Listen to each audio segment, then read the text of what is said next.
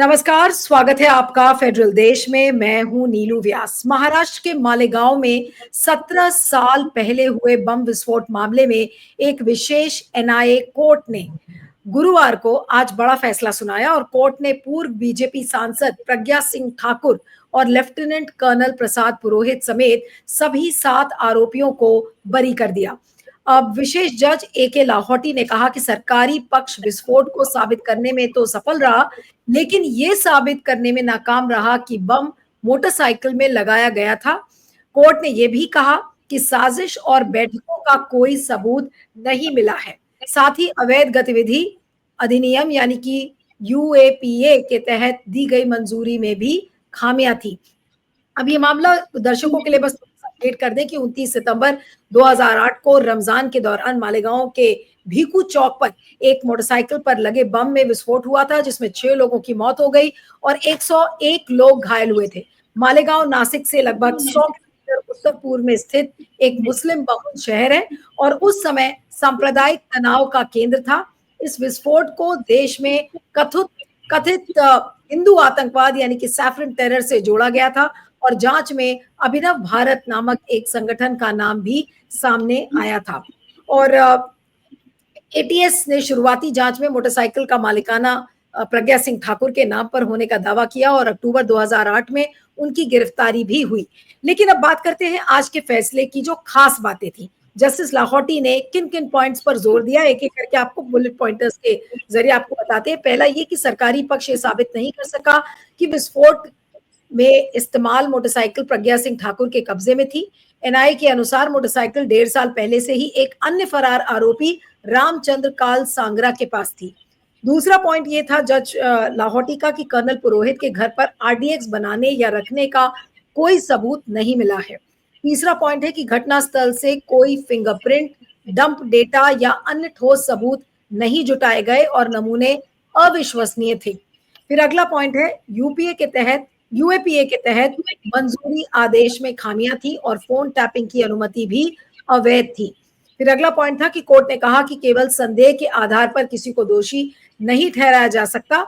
ये एक गंभीर सामाजिक अपराध था, लेकिन नैतिक आधार पर सजा नहीं दी जा सकती। कोर्ट ने ये भी कहा है कि पीड़ित परिवारों को 2 लाख रुपए और जो घायल हुए थे उनको 50,000 रुपए का मुआवजा दिया जाए। और इसमें तमाम इस केस में उतार चढ़ाव हुए, लेकिन अब इस फैसले से कुछ एक नया मोड़ मिला है। पीड़ितों के परिवारों और स्थानीय समुदाय के ने निराशा व्यक्त की है क्योंकि उन्हें अब तक पूरा न्याय नहीं मिला है।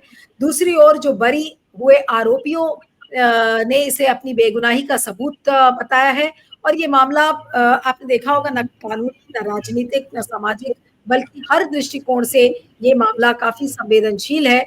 और एक्स पर यानी कि ट्विटर पर जो तमाम प्रतिक्रियाएं इसको दिखा रही हैं, सबने कहा है कि ये फैसला ऐसा लगता है कि सरकार के दबाव में दिया गया। लेकिन और भी कई यूजर्स हैं, उन यूजर्स ने इसे गढ़ा गया मामला बताया है। टीएमसी और अन्य विपक्षी दलों ने इस फैसले पर सवाल उठाया है और इसे न्याय प्रणाली पर एक टिप्पणी के रूप में भी देखा जा रहा है। कुछ ने दावा किया है कि ये फैसला बीजेपी की राजनीतिक ताकत का परिणाम है। हालांकि इस दावे की कोई ठोस अभी तक पुष्टि नहीं की है। तो आज मालेगांव जो ब्लास्ट में जो आरोपी थे उनको बरी कर दिया गया, आज इसी पर हम चर्चा करेंगे। ये फैसला, हालांकि इस फैसले को चुनौती देकर अब बॉम्बे हाईकोर्ट भी लोग जाएंगे, ये भी बताया जा रहा है। तो हमारे साथ इस समय 2 खास मेहमान हैं। विवेक देशपांडे, वरिष्ठ पत्रकार, पॉलिटिकल कमेंटेटर, नागपुर से हमारे साथ जुड़ रहे हैं। विवेक, आपका स्वागत है। प्रबल प्रताप शाही, कांग्रेस के नेता प्रवक्ता, हमारे साथ है। प्रबल जी, आपका भी स्वागत है। और मैं विवेक से शुरू करती हूँ कि विवेक, इस फैसले को आप कैसे देखते हैं? हालांकि इस फैसले को अभी चुनौती दी जाएगी बॉम्बे हाईकोर्ट में, लेकिन ये कहना कि कोई ठोस सबूत नहीं है, सबूत के अभाव के चलते इन 7 आरोपियों को बरी कर दिया गया। जी नीलू, देखिए, इससे जस्ट पहले जो फैसला आया था बम्बई के ट्रेन ब्लास्ट 2006 के ट्रेन ब्लास्ट का, 7/11 का, उसमें और इसमें देखिए कितना फर्क है। हाईकोर्ट ने पॉइंट बाय पॉइंट वो सारी चीजें बताई थी जिसमें ये साबित किया गया था। हाईकोर्ट की तरफ से ये बात कही गई थी कि भाई ये सारे जो मुद्दे हैं वो खारिज इसलिए हो रहे हैं, मतलब हाईकोर्ट ने सारे मुद्दों के खारिज करने के पीछे के कारण दिए और वो कारण सारे इर्रिफ्यूटेबल थे, मतलब उसका कोई उसकी कोई तोड़ नहीं हो सकती, इस तरह से उन्होंने मामले को रखा था। यहाँ पर कोर्ट ने जो कुछ भी कहा है, फॉर एग्जाम्पल कि जो साध्वी प्रज्ञा सिंह ठाकुर है, वो भोपाल में जो मीटिंग हुई थी इस सारे प्लान को एग्जीक्यूट करने के लिए, उसमें वो शामिल थी, लेकिन ये कोई एविडेंस नहीं है उसके खिलाफ, इस तरह से बताया गया। भी कैसे नहीं है उसके खिलाफ एविडेंस? ये अगर उस मीटिंग में थी तो उसको तो उसमें बिल्कुल दोषी है, दोषी पाई जानी चाहिए थी। तो इस तरह की कुछ चीजें हैं। वो ये जो कर्नल पुरोहित ने जो डिफेंस दिया था कि मैं आर्मी के लिए खुफिया जानकारी इसमें इकट्ठा कर रहा था। अभी आप आर्मी के लिए खुफिया जानकारी इकट्ठा किस लिए कर रहे थे? ये कोई आर्मी से रिलेटेड मामला था? जो कुछ भी है वो ये जो प्लान एग्जीक्यूट करने की बात चल रही थी, ये जो अटैक प्लान किया था, तो आर्मी को उसकी जानकारी देने का कारण क्या है? और अगर आपके पास जानकारी थी तो आपने ये ब्लास्ट प्रिवेंट क्यों नहीं किया? आपके पास पूरी अगर जानकारी थी कि ये इस तरह से इस दिन ये होने वाला है, तो आपने वो जानकारी देकर इस ब्लास्ट को प्रिवेंट क्यों नहीं किया? ये ऐसे कई सवाल इस मामले से जुड़े हुए हैं जिसकी कोई आंसर नहीं। और फिर आपको याद होगा रोहिणी सलियन जो इसमें एक स्पेशल काउंसिल के लिए के तौर पर अपॉइंट हुई थी, जैसे ही 2014 में भाजपा की सरकार आई, उनको ये बताया गया, उनको एक अधिकारी ने अपने घर पे बुलाया, मतलब उसने फोन पर बात करने से इनकार किया और कहा कि आप मिलने के लिए आए, और फिर बताया गया कि आप इस केस में गोसलो का सरकार की तरफ से ऑर्डर है और इसमें इनके खिलाफ जाने का नहीं है।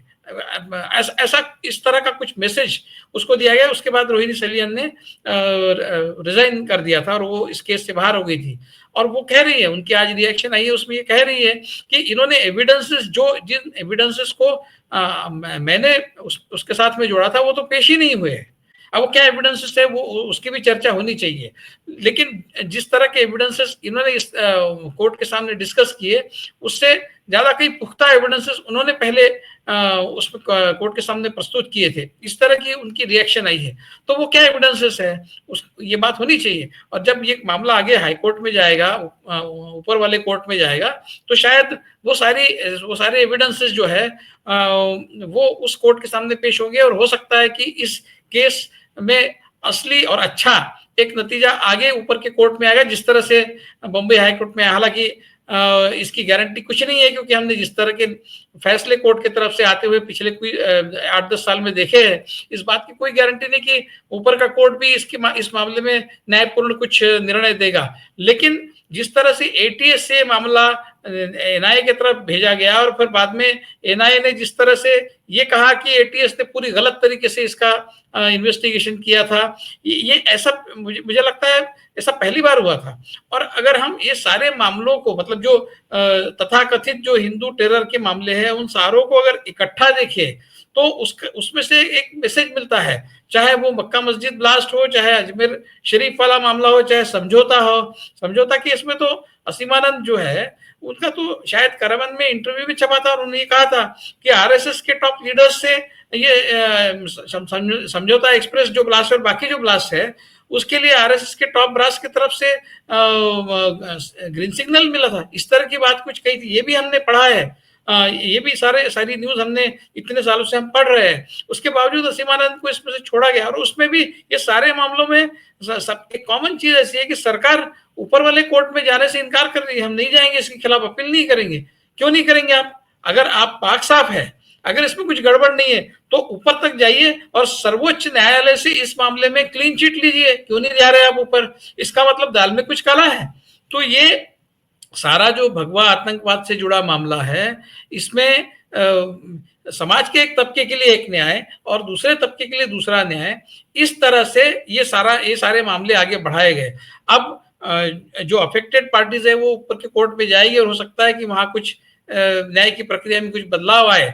उसकी सिर्फ हम अपेक्षा ही कर सकते हैं, इस बात की गारंटी तो बिल्कुल नहीं है, क्योंकि जिस तरह से न्यायपालिका अपने आप को कंडक्ट कर रही है, इस बात की गारंटी बिल्कुल भी नहीं दी जा सकती कि इस मामले में सचमुच कोई न्याय होगा। मुझे याद है कि तब महाराष्ट्र के गृह मंत्री थे आबा पाटिल, आर पाटिल, उनके साथ में कुछ पत्रकार हम लोग बैठे थे उस समय इस मामले पर चर्चा हो रही थी, तो उन्होंने जो बात कही थी वो ऑफ द रिकॉर्ड जो बात कही थी वो मैं बता सकता हूँ अभी। उन्होंने कहा था कि इन लोगों के सारे जो फ़ोन कॉल्स हैं, वो सारे फ़ोन कॉल्स की चर्चा अगर आप सुनेंगे, तो आपको शर्मिंदगी महसूस होगी। इस तरह की भाषा में ये लोग आपस में बात कर रहे थे। इस तरह की भाषा का प्रयोग ये लोग आपस में कर रहे थे। ये सारे जो इसमें जो एक्यूज़ पर्सन्स थे, इनके फ़ोन कॉल्स में और इनकी चर्चा में जिस तरह की बातें आ रही थी, आप हिंदू होने पर शर्म करोगे, इस तरह की बातें ये लोग आपस में बात चर्चा कर रहे थे। ये बात खुद आर.आर. पाटिल ने पत्रकारों को मैंने खुद सुनी है ये बात। तो ये ऐसा है कि ये पूरा मामला जिस तरीके से एटीएस से हटाकर एनआईए के पास दिया गया और एनआईए ने फिर उसको एटीएस ने गलत तरीके से इसका इन्वेस्टिगेशन किया ये बताकर उस मामले को पूरी तरह से जो जब वो डाइल्यूट हुआ, रोहिणी सलियान को निकाला गया और उसके बाद फिर ये इस केस का क्या होने वाला है सबको ही पता था। तो जो समझौता एक्सप्रेस में हुआ, जो अजमेर शरीफ में हुआ, जो मक्का मस्जिद में हुआ, वही मालेगांव में हुआ, वही होना था। यही इसका एक जो डायरेक्शन है, वो जो डायरेक्शन समझौता एक्सप्रेस से ने सेट किया उसी डायरेक्शन में ये जाने वाला था, ये स्पष्ट था। इसलिए मुझे आश्चर्य नहीं कि इस तरह का निर्णय है। अब आगे इस मामले को कहाँ तक जाना है, कहाँ तक ले जा सकते हैं, यही एक इसमें अभी इंटरेस्ट का मुद्दा बचा है नीलू। जी। अभी मैं देवेंद्र फडणवीस का स्टेटमेंट पढ़ रही थी और देवेंद्र फडणवीस ने, मैं प्रबल जी आपके पास आती हूँ, उन्होंने एक एक्स पर पोस्ट लिखा है हिंदी में और लिखा कि आतंकवाद कभी भगवा था ही नहीं और कभी नहीं होगा और कांग्रेस को माफी मांगनी चाहिए हिंदू समुदाय से। The Congress must ask forgiveness from the entire Hindu community, ये बात कही है। और उसके अलावा उन्होंने ये भी कहा कि ये एक षड्यंत्र था जो रचा गया था हिंदू भगवा यानी कि सैफरन टेरर को लेकर, और the court has rejected with evidence. The Congress should seek forgiveness not just from those against whom action was taken but the entire Hindu community. और उन्होंने कहा कि पुलिस को हम नहीं ब्लेम कर सकते क्योंकि पुलिस पर उस समय के प्रशासन ने बहुत ज्यादा दबाव डाला था। क्या कहेंगे प्रबल जी इस समय, क्योंकि अब आज सवाल यूपीए की उस समय की जो सरकार थी उस पर आज उंगलियां उठ रही हैं और इस तरीके से देवेंद्र फडणवीस ने जो पोस्ट लिखी है तो वो सवाल आज कांग्रेस से पूछे जा रहे हैं और कहा जा रहा है कि कांग्रेस माफी मांगे इस चीज के लिए। जी बोलिए।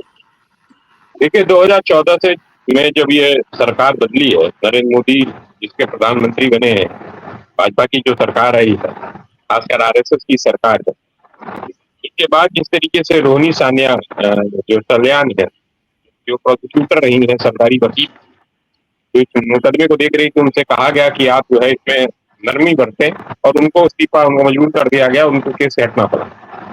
और इसके साथ साथ हेमंत करकरे की हत्या हो, 26/11 की घटना में जो एटीएस के चीफ थे, जो इस मालेगांव ब्लास्ट को जांच कर रहे थे, जांच प्रमुख जांचकर्ता थे, उनकी मृत्यु हो, उनकी हत्या हो।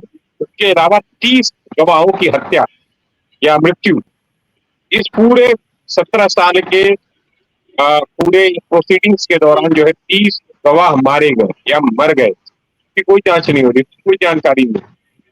रोहिणी सलियान ने जैसे कहा कि उन्होंने जो तथ्य प्रस्तुत किए थे वो तथ्य तो आए नहीं हो, तो इससे अपने आप ही साबित हो जा रहा है कि अब जो है कोर्ट के अंदर जो भी इस तरह के वैचारिक लोग हैं, आरएसएस के विचारधारा के सिस्टम के लोग हैं, वो कोई भी गुनाह करेंगे उनको वो बरी होते रहेंगे।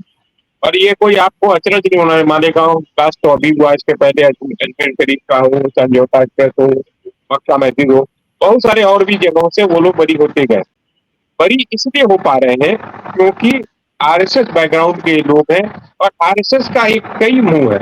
आरएसएस में एक मुंह जो है वो आपसे अच्छी बातें करता है, एक आपका गले लगाता है और एक आपका गला उतारता है। तो वहां पर एक ट्रेनिंग प्रोसेस भी है जो मिलिटराइज करता है कि एक्शन होने चाहिए। और उनके लिए दुश्मन 2 हैं या 3 दुश्मन हैं, एक मुसलमान, दूसरा कम्युनिस्ट, तीसरे ईसाई। इन तीनों को मारने की साजिश भी रचते हैं, इनके खिलाफ नफरत फैलाते हैं। इनके जो सुबह की इनके जो शाखाएं होती हैं उसमें लगातार उनके खिलाफ ही प्रोपोगंडा फैलाते हैं। आजकल कांग्रेस पार्टी के खिलाफ प्रोपोगंडा फैलाते हैं नफरत के बीच में। तो इससे बरी होने से ये थोड़ी हो जाएगा कि आप जो है पूरे उससे अभी हाई कोर्ट जाएंगे लोग, सुप्रीम कोर्ट जाएंगे। परिवार के लोगों को क्या मिला? 17 साल बाद परिवार के लोगों को कोई न्याय नहीं मिला।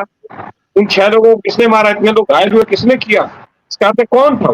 अपने आप को बम फट गया, अपने आप लोग मर गए, प्रबल जी, ये खुशी कर दी क्या लोगों ने? लगातार एकनाथ शिंदे भी इस बात को कह हेमंत, रहे हैं। मैं कह रहा देवेंद्र हूं अगर निष्पक्ष जांच होती। एक सेकंड सुन लीजिए।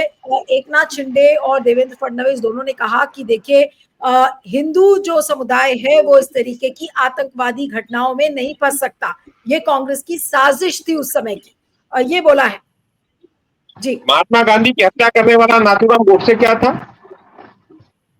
देश का सबसे पहला आतंकवादी था जिसने महात्मा गांधी की हत्या की थी।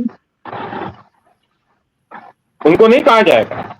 ये कामराज के घर पर हमला करने वाले ये जनसंघी थे, वो तो उस दिन बच गए, निकल गए वहां से। उस दिन उनकी भी हत्या कर दी होती नहीं संघियों ने। बाबा साहब अम्बेडकर के रोज पुतले फूकते थे, उनको मारने की रोज साजिश लिखते थे।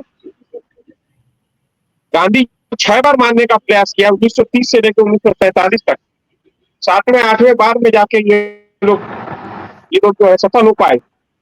तो इनका दंगे, जितने भी देश में दंगे हुए हैं, मैं बड़ी प्रामाणिकता से कह रहा हूं, जितने दंगे देश में हो रहे हैं हिंदू मुसलमानों के, जितने भी नफरत हो रहे हैं, उसमें आरएसएस शामिल है, आरएसएस के अनुवांशिक संगठन शामिल है। ये तो पूरा अगर सही से जांच रिपोर्ट आ जाए ना, जितने भी रिपोर्ट मुंबई दंगे हो या कई दंगे हो, उनके रिपोर्ट्स आ जाए तो आपको पता चल जाएगा कि आरएसएस के अनुवांशिक संगठन के इकोसिस्टम के लोग कितना शामिल हो।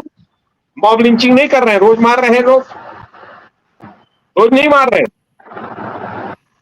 रोज हत्याओं के आप देख लीजिए। बाकी छोड़ दीजिए नीलू जी, आप पत्रकार हैं, आप निष्पक्षता से अपनी बात रख रहे हैं, चाहे सत्ता पक्ष हो चाहे विपक्ष, आप सवाल उठाती हैं। आप अपने नीचे देखिए ट्रोलर, आपको क्या गाली देते हैं? ये कौन नफरत फैला रहा है? नीलू व्यास के खिलाफ कौन नफरत फैला रहा है? तो ये जो नफरत है, ये नफरती एजेंडा, ये आरएसएस की विचारधारा है। ये लोग शामिल रहे हैं और 30 जो गवाह मारे हैं इस पूरे कानूनी प्रक्रिया के दौरान, उन पर क्यों नहीं कुछ निष्पक्ष जांच हो? हेमंत करकरे की हत्या कैसे, उस पर भी बहुत सारे सवाल हैं। हेमंत करकरे की हत्या कैसे हो गई? इस केस को लेकर बड़े मिक्स्ड रिएक्शंस हैं। अब ये जो एक्विटल आया है, जो बरी कर दिया गया है 7 लोगों को, विवेक आपको क्या लगता है कि अब इस फैसले को किस तरीके से बीजेपी और कांग्रेस दोनों आगे लेकर बढ़ेंगी? क्योंकि हमें नहीं भूलना चाहिए कि ये फैसला भी एक ऐसे समय में आया है, बिहार में चुनाव भी होने वाले हैं और अब अलग अलग पार्टीज अपने तरीके से इस फैसले को बताएंगी लोगों को। जैसे देवेंद्र फडणवीस है, एकनाथ शिंदे है, उन लोगों ने ऑलरेडी बोलना शुरू कर दिया है कि अरे ये तो उस समय की जो यूपीए सरकार थी उसका बड़ा षड्यंत्र था, हिंदू समुदाय कभी आतंकवादी घटनाओं में पड़ ही नहीं सकता और कैसे एक हिंदू आतंकवादी हो सकता है। ये सारे सवाल अब बीजेपी खड़ी कर रही है कि ये एक साजिश थी बड़ी हिंदू समुदाय के साथ। कैसे बढ़ाएंगे, खासकर बीजेपी इसको कैसे लेके आगे बढ़ेगी इस फैसले? उसके बाद मैं अंतिम कमेंट के लिए आऊंगी प्रबल जी के पास। जी अनिल, स्पष्ट है बीजेपी इसका इस्तेमाल करेगी, हर तरीके से जितना भी इसको एक्सप्लॉइट कर सकती है वो करेगी। और देखिए, बीजेपी और संघ परिवार जो है, इनका मेन टूल है प्रोपेगेंडा। ये मतलब ये तरते हैं केवल प्रोपेगेंडा की वजह से। इनके पास स्टफ कुछ नहीं है, इनके पास कोई सब्सटेंस नहीं है, ये सिर्फ प्रोपेगेंडा से अपने आप को ऊपर रखते हैं। अदरवाइज इनकी आइडियोलॉजी इतनी it is full of contradictions, इतने कॉन्ट्रडिक्शंस है कि हर चीज को इनके सिरे से खारिज किया जा सकता है। लेकिन प्रॉब्लम ये है कि दूसरी तरफ से काउंटर प्रोपेगेंडा बिल्कुल नहीं है। मतलब आरएसएस का अगर आपको विरोध करना है तो आपको बिल्कुल लगे रहना पड़ेगा। इनकी आइडियोलॉजी और इनके सारे जो आर्ग्यूमेंट्स है उसको बिल्कुल सिरे से खारिज करने की एक प्रोपेगेंडा की प्रक्रिया आपको लगातार 24/7 लगे रहना पड़ेगा, क्योंकि ये गोबेल्स को फॉलो करते हैं। और गोबेल्स का प्रिंसिपल ये है कि एक चीज को आप 100 बार कहिए तो वो झूठ भी हो तो सत्य हो जाती है, लोग सत्य उसको मानने लगते हैं। बिल्कुल उसी प्रक्रिया से ये आगे बढ़ते हैं। अदरवाइज इनके पास कुछ नहीं है। मतलब ये इतने साल क्यों चुनाव में ये हारते रहे? क्योंकि लोग बिल्कुल इनके पीछे बिल्कुल भी नहीं थे। इन्होंने प्रोपेगेंडा का इस्तेमाल करके परसिवियरेंस के साथ, पेशेंस के साथ, टेनेसिटी के साथ ये लगे रहे अपने काम में। और इन्होंने ये विष बिल्कुल धीरे धीरे इतना फैलाया कि अभी उसका असर दिखने लगा है। तो ये इनका प्रयत्न जो है वो हम इसमें कभी उन्होंने कमी नहीं आने दी। तो ये प्रोपेगेंडा का मेन टूल इनका जो है उसको काउंटर करने की बहुत ज़रूरी है, और उसको काउंटर करने के लिए आपको अपना एक काउंटर प्रोपेगेंडा का एक मशीनरी खड़ा करना पड़ेगा, जो पिछले कुछ सालों से काफ़ी इफ़ेक्टिवली खड़ा हो भी रहा है और कांग्रेस ने किया भी है। तो उसको, लेकिन आपको बिल्कुल अब ये कहेंगे कि भगवा देखिए हिंदू तो आतंकवादी नहीं है, सिद्ध हो गया है, तो आप उसको कैसे काउंटर करेंगे? आपके लिए बहुत मुश्किल है, क्योंकि आप ये नहीं कह सकते कि नहीं हिंदू भी आतंकवादी हो सकता है। आप जिस समय ये कहेंगे वह पूरा मामला आपके खिलाफ चला जाएगा। तो ये बहुत सेंसिटिव है। आप इसको बिल्कुल सीधे शब्दों में खारिज नहीं कर सकते उनके इस आर्गुमेंट को। आपको बहुत तरीके से उसको ऐसी भाषा का इस्तेमाल करके उसको काउंटर करना पड़ेगा जिससे हिंदू ऑफेंड ना हो।